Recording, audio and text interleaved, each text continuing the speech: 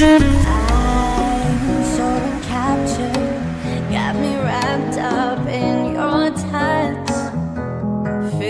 Hey guys, welcome back to the channel. So in this video, as you've seen from the title, we're going to be talking about 7 ways on how I deal with my anxiety. I really hope this video can inspire you out there, because dealing with anxiety is a pain in the booty, but guess what? We have to keep trucking, we have to keep living and not let it overcome our lives. So I'm going to tell you guys 7 things that help me in this process. It's not easy, but guess what? You can overcome it just like your girl, and we will get through it as always. And we only get one life, so we have to make the best of it. So let's go. The first thing I do with my anxiety is I use my platform.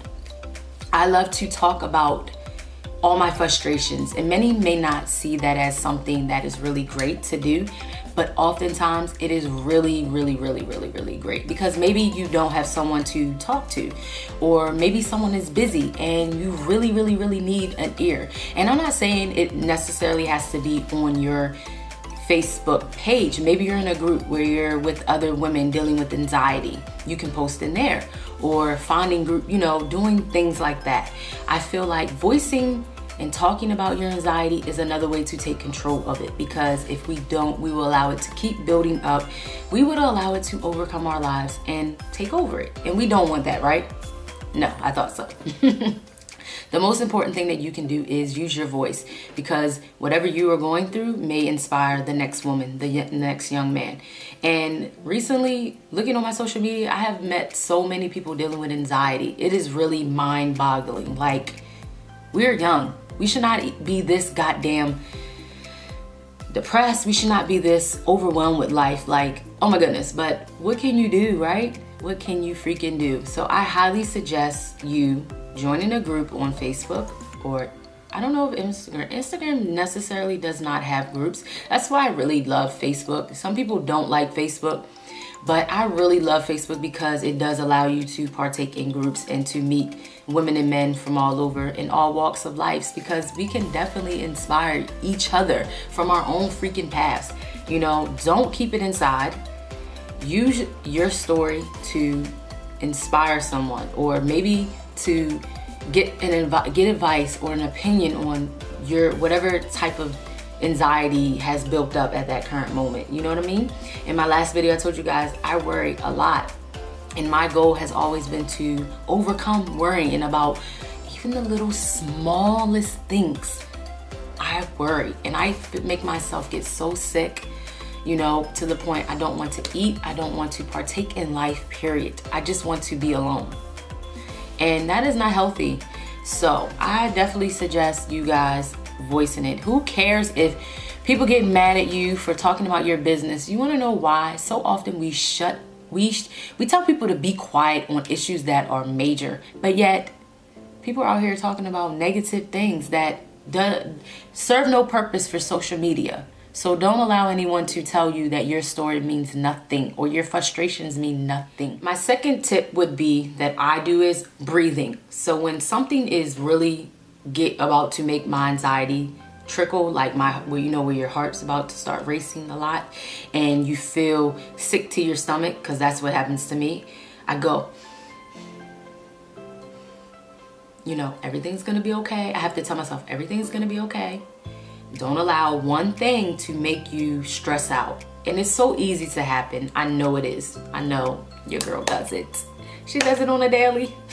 But you know what? Breathing really freaking helps.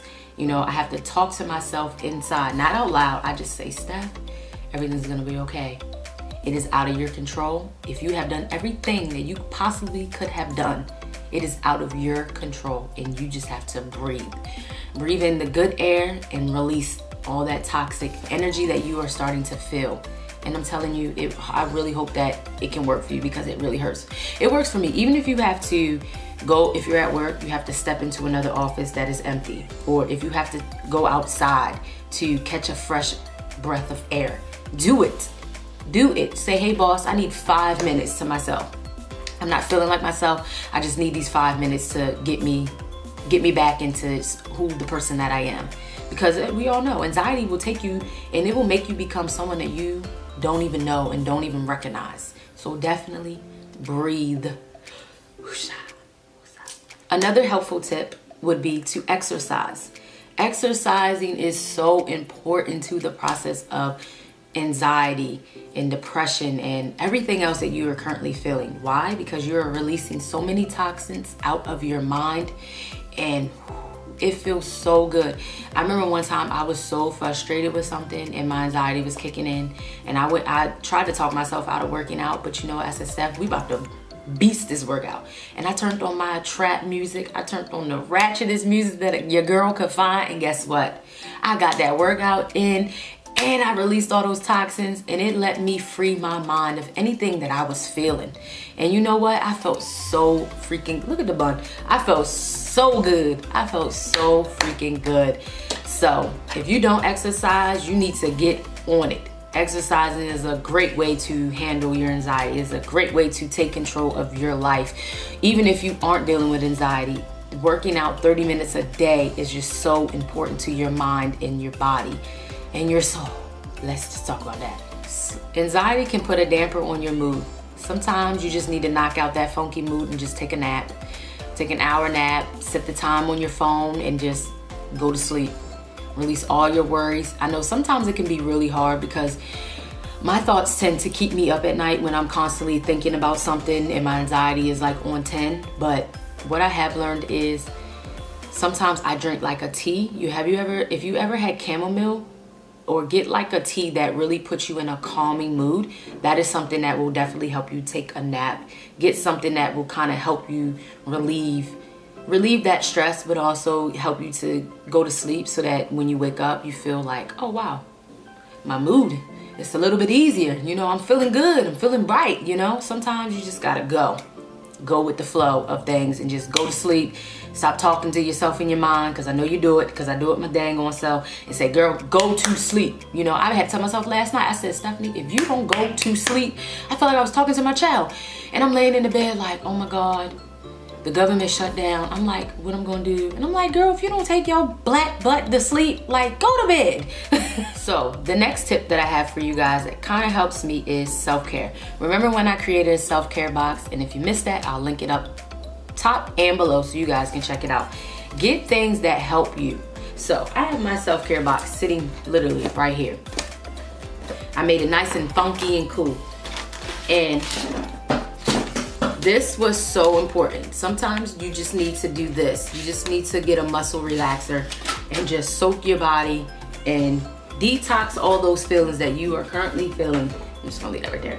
And it will make you feel so much better, because taking care of yourself should be priority number one. That's why I did a video on how you should create your own just in a time of need, when you are feeling down, when you're feeling blue, or someone's getting on your nerves and you just want to take some me time, or maybe your kid's driving you nuts.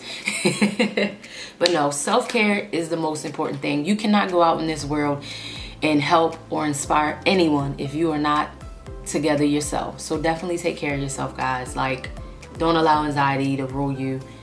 You rule anxiety. Let's just talk about that. Another helpful tip is journaling. So I know I said about finding support as number one, like talking about it on social media sites and finding groups to kind of help you guys. But journaling is another great way, because you can write all your thoughts down, and then you can one day look back on those thoughts and see how far you have came to be. Like, sometimes I read my old journals and I'm like, I was feeling like this. And the most important thing that stuck with me is something that's bothering you right now won't even matter 6 months from now. And then when you look back on that journal, you're gonna be like, wow, I was tripping for nothing. So sometimes it's so important to just write it down. Maybe you don't want to talk to anyone. Maybe you don't want anyone in your business. And journaling is another great way that I do. I don't do it all the time, but it is a helpful key into overcoming anxiety. And the last helpful tip that I have would fall under, listen. Maybe you want to find a podcast, or maybe you want to find something on YouTube where you can listen in on about motivating you, helping you to deal with any situation that you're dealing with. Like I told you guys, worrying is my big my big factor into having my anxiety kick in. Sometimes it's so important to find that media outlet to help direct what is really making your anxiety kick off. And if you find that problem, you can learn how to deal with anxiety around everything else that I have just explained to you. Anxiety is like a pain in the butt. I hate it. You know, I have had anxiety since a kid, and it's been an ongoing battle. Not sure if I told you guys, you know, anxiety is just one of those things where it's like, it can really lead to depression, and it can lead to some really bad things. And I don't want you guys to fall down that trap, because I feel like we are so much stronger than that. You know, there's so many resources out here that you can find people who are going through similar issues as you. Because it is not easy, you know, especially when you're going through different phases of your life. It is not easy learning how to deal with those things. There is no rule book to life. There is no freaking rule book. All you can do is use your story to inspire another individual, and maybe someone's story can inspire you. I will be doing a story time on how my anxiety first took place. Maybe this will be like a little collection, you know, but no. Use these tips to help you, because I really want you guys to be the healthiest that you can be, and don't allow anxiety to rule you. Don't allow it to take over your life. Please don't. Because I have been there, and it's a pain in the butt. So if this video has definitely inspired you in some type of way, please share it with a friend, a family member. I don't care who you share it with. Share it with someone you know suffering with anxiety. Like, this is something that we need to talk about. And I'm always here if you want to reach out. You can definitely hit me up by my email at info@itsjuststeph.com. I have my own website, as I told you guys before, so you can inquire anything that you would like, or maybe you want to be a part of Talks with Steph and share your story on my platform. I'm always open to that as well. So guys, I really hope this video can inspire you, uplift you, and motivate you, as I always freaking say. And I will see you guys in the next one.